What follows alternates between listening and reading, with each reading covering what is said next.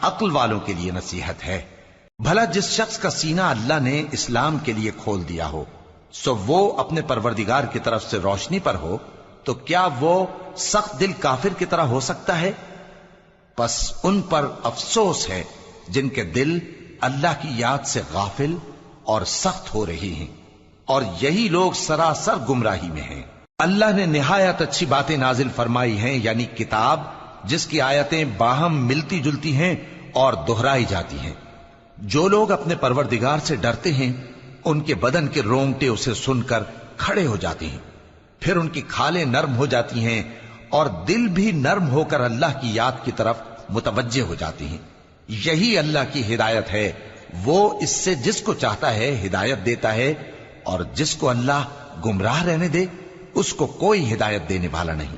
بھلا جو شخص قیامت کے دن اپنے چہرے پر برے عذاب کو روکتا ہو، کیا وہ ویسا ہو سکتا ہے جو چین میں ہو؟ اور ظالموں سے کہا جائے گا کہ جو کچھ تم کرتے رہے تھے اب اس کے مزے چکھو۔ جو لوگ ان سے پہلے تھے انہوں نے بھی تکذیب کی تھی، تو ان پر عذاب ایسی جگہ سے آ گیا کہ ان کو خبر ہی نہ تھی۔ پھر ان کو اللہ نے دنیا کی زندگی میں رسوائی کا مزہ چکھا دیا، اور آخرت کا عذاب تو بہت ہی بڑا ہے۔ کاش یہ سمجھ رکھتے۔ اور ہم نے لوگوں کے سمجھانے کے لیے اس قرآن میں ہر طرح کی مثالیں بیان کی ہیں تاکہ وہ نصیحت حاصل کریں۔ یہ قرآن عربی ہے جس میں کوئی عیب اور اختلاف نہیں، تاکہ وہ ڈر مانے۔ اللہ ایک مثال بیان کرتا ہے کہ ایک شخص ہے جس میں کئی آدمی شریک ہیں مختلف مزاج کے، اور ایک آدمی پورے کا پورا ایک شخص کا غلام ہے۔ بھلا دونوں کی حالت برابر ہے؟ نہیں، الحمدللہ، مگر یہ اکثر لوگ نہیں جانتے۔ اے پیغمبر، تم بھی مرنے والے ہو اور یہ بھی مرنے والے ہیں، پھر تم سب قیامت کے دن اپنے پروردگار کے سامنے جھگڑو گے۔ پھر اس سے بڑھ کر ظالم کون جو اللہ پر جھوٹ بولے اور سچی بات جب اس کے پاس پہنچ جائے تو اسے جھٹلائے۔ کیا جہنم میں کافروں کا ٹھکانہ نہیں ہے؟ اور جو شخص سچی بات لے کر آیا اور جس نے اس کی تصدیق کی وہی لوگ متقی ہیں۔ وہ جو چاہیں گے ان کے لیے ان کے پروردگار کے پاس موجود ہے۔ نیکوکاروں کا یہی بدلہ ہے، تاکہ اللہ ان سے برائیوں کو جو انہوں نے کی دور کر دے، اور نیک کاموں کا جو وہ کرتے رہے ان کو بدلہ دے۔ کیا اللہ اپنے بندے کو کافی نہیں؟ اور اے نبی، یہ تم کو ان لوگوں سے جو اللہ کے سوا ہیں یعنی غیر اللہ سے ڈراتے ہیں، اور جس کو اللہ گمراہ رہنے دے اسے کوئی ہدایت دینے والا نہیں، اور جس کو اللہ ہدایت دے اس کو کوئی گمراہ کرنے والا نہیں۔ کیا اللہ عزت والا بدلہ لینے والا نہیں ہے؟ اور اگر تم ان سے پوچھو کہ آسمانوں اور زمین کو کس نے پیدا کیا تو کہہ دیں گے کہ اللہ نے۔ کہو کہ بھلا دیکھو تو جن کو تم اللہ کے سوا پکارتے ہو، اگر اللہ مجھ کو کوئی تکلیف پہنچانی چاہے تو کیا وہ اس تکلیف کو دور کر سکتی ہیں؟ یا اگر وہ مجھ پر مہربانی کرنا چاہے تو کیا وہ اس کی مہربانی کو روک سکتے ہیں؟ کہہ دو کہ مجھے اللہ ہی کافی ہے، بھروسہ رکھنے والے اسی پر بھروسہ رکھتے ہیں۔ کہہ دو کہ اے قوم، تم اپنی جگہ عمل کیے جاؤ، میں اپنی جگہ عمل کیے جاتا ہوں۔ ان قریب تم کو معلوم ہو جائے گا کہ کس پر عذاب آتا ہے جو اسے رسوا کرے گا، اور کس پر ہمیشہ کا عذاب نازل ہوتا ہے۔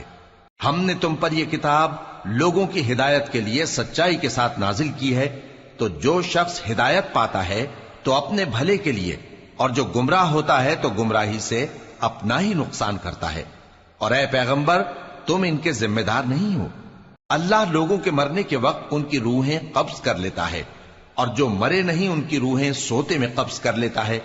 پھر جن پر موت کا حکم کر چکتا ہے ان کو روک رکھتا ہے، اور باقی روحوں کو ایک وقت مقرر تک کے لیے چھوڑ دیتا ہے۔ جو لوگ غور و فکر کرتے ہیں ان کے لیے اس میں نشانیاں ہیں۔ کیا انہوں نے اللہ کے سوا اور سفارشی بنا لیے ہیں؟ کہو کہ خواہ وہ کسی چیز کا بھی اختیار نہ رکھتے ہوں اور نہ کچھ سمجھتے ہی ہوں تب بھی۔ کہہ دو کہ سفارش تو سب اللہ ہی کے اختیار میں ہے، اسی کے لیے آسمانوں اور زمین کی بادشاہت ہے، پھر تم اسی کی طرف لوٹ کر جاؤ گے۔ اور جب ایک اکیلے اللہ کا ذکر کیا جاتا ہے تو جو لوگ آخرت پر ایمان نہیں رکھتے ان کے دل گھٹ جاتے ہیں، اور جب اللہ کے سوا اوروں کا ذکر کیا جاتا ہے تو فوراً خوش ہو جاتے ہیں۔ کہو کہ اے اللہ، اے آسمانوں اور زمین کے پیدا کرنے والے، پوشیدہ اور ظاہر کے جاننے والے، تو ہی اپنے بندوں میں ان باتوں کا جن میں وہ اختلاف کرتے رہے ہیں فیصلہ کرے گا۔ اور اگر ظالموں کے پاس وہ سب مال و متا ہو جو زمین میں ہے اور اس کے ساتھ اسی قدر اور ہو تو قیامت کے روز برے عذاب سے رہائی پانے کے بدلے میں دے ڈالیں، اور ان پر اللہ کی طرف سے وہ امر ظاہر ہو جائے گا جس کا ان کو خیال بھی نہ تھا، اور ان کے اعمال کی برائیاں ان پر ظاہر ہو جائیں گی، اور جس عذاب کی وہ ہنسی اڑاتے تھے وہ ان کو آ گھیرے گا۔ سو جب انسان کو تکلیف پہنچتی ہے تو ہمیں پکارنے لگتا ہے، پھر جب ہم اس کو اپنی طرف سے نعمت بخشتے ہیں تو کہتا ہے کہ یہ تو مجھے میرے علم و دانش کے سبب ملی ہے۔ نہیں، بلکہ وہ آزمائش ہے، مگر ان میں سے اکثر نہیں جانتے۔ جو لوگ ان سے پہلے تھے وہ بھی یہی کہا کرتے تھے، تو جو کچھ وہ کیا کرتے تھے ان کے کچھ کام نہ آیا، آخر ان پر ان کی برائیوں کا وبال پڑ گیا۔ اور جو لوگ ان میں سے ظلم کرتے رہے ہیں ان پر بھی ان کے برے اعمال کا وبال عنقریب پڑے گا، اور وہ اللہ کو عاجز نہیں کر سکتے۔ کیا ان کو معلوم نہیں کہ اللہ ہی جس کے لیے چاہتا ہے رزق کو فراخ کر دیتا ہے اور جس کے لیے چاہتا ہے تنگ کر دیتا ہے؟ جو لوگ ایمان لاتے ہیں ان کے لیے اس میں بہت سی نشانیاں ہیں۔ اے پیغمبر، میری طرف سے لوگوں کو کہہ دو کہ اے میرے بندو، جنہوں نے اپنی جانوں پر زیادتی کی ہے، اللہ کی رحمت سے نا امید نہ ہونا۔ اللہ تو سب گناہوں کو بخش دیتا ہے، بے شک وہی تو ہے بڑا بخشنے والا، بڑا مہربان۔ اور اس سے پہلے کہ تم پر عذاب آ واقع ہو، اپنے پروردگار کی طرف رجوع کرو اور اس کے فرما بردار ہو جاؤ، ورنہ بعد میں تم کو مدد نہیں ملے گی۔ اور اس سے پہلے کہ تم پر ناگہاں عذاب آ جائے اور تم کو خبر بھی نہ ہو، اس نہایت اچھی کتاب کی جو تمہارے پروردگار کی طرف سے تمہاری جانب نازل ہوئی ہے پیروی کرو۔ ایسا نہ ہو کہ اس وقت کوئی شخص کہنے لگے کہ ہائے اس کوتاہی پر افسوس ہے جو میں نے اللہ کا حق ماننے میں کی، اور میں تو ہنسی ہی کرتا رہا، یا یہ کہنے لگے کہ اگر اللہ مجھ کو ہدایت دیتا تو میں بھی پرہیزگاروں میں ہوتا، یا جب عذاب دیکھ لے تو کہنے لگے کہ اگر مجھے پھر ایک دفعہ دنیا میں جانا ہو تو میں نیکوکاروں میں ہو جاؤں۔ ارشاد ہوگا کیوں نہیں، میری آیتیں تیرے پاس پہنچ گئی تھی مگر تو نے ان کو جھٹلایا اور شیخی میں آ گیا اور تو کافر بن گیا۔ اور اے مخاطب، جن لوگوں نے اللہ پر جھوٹ بولا تم قیامت کے دن دیکھو گے کہ ان کے چہرے سیاہ ہو رہے ہوں گے۔ کیا تکبر کرنے والوں کا ٹھکانہ دوزخ میں نہیں ہے؟ اور جو پرہیزگار ہیں ان کی کامیابی کے سبب اللہ ان کو نجات دے گا، نہ تو ان کو کوئی تکلیف پہنچے گی اور نہ وہ غمناک ہوں گے۔ اللہ ہی ہر چیز کا پیدا کرنے والا ہے اور وہی ہر چیز کا نگراں ہے۔ اسی کے پاس آسمانوں اور زمین کی کنجیاں ہیں، اور جنہوں نے اللہ کی آیتوں سے کفر کیا وہی نقصان اٹھانے والے ہیں۔ کہہ دو کہ اے نادانو، تو کیا تم مجھ سے یہ کہتے ہو کہ میں غیر اللہ کی پرستش کرنے لگوں؟ اور اے پیغمبر، تمہاری طرف اور ان پیغمبروں کی طرف جو تم سے پہلے ہو چکے ہیں یہی وہی بھیجی گئی ہے کہ اگر تم نے شرک کیا تو تمہارے اعمال برباد ہو جائیں گے اور تم نقصان اٹھانے والوں میں ہو جاؤ گے، بلکہ اللہ ہی کی عبادت کرو اور شکر گزاروں میں رہو۔ اور انہوں نے اللہ کی قدر شناسی جیسی کرنی چاہیے تھی نہیں کی۔ اور قیامت کے دن تمام زمین اس کی مٹھی میں ہوگی اور آسمان اس کے داہنے ہاتھ میں لپٹے ہوئے ہوں گے، اور وہ ان لوگوں کے شرک سے پاک ہے، بلند و برتر ہے۔ اور جب سور پھونکا جائے گا تو جو لوگ آسمانوں میں ہیں اور جو زمین میں ہیں سب بے ہوش ہو کر گر پڑیں گے مگر وہ جس کو اللہ چاہے۔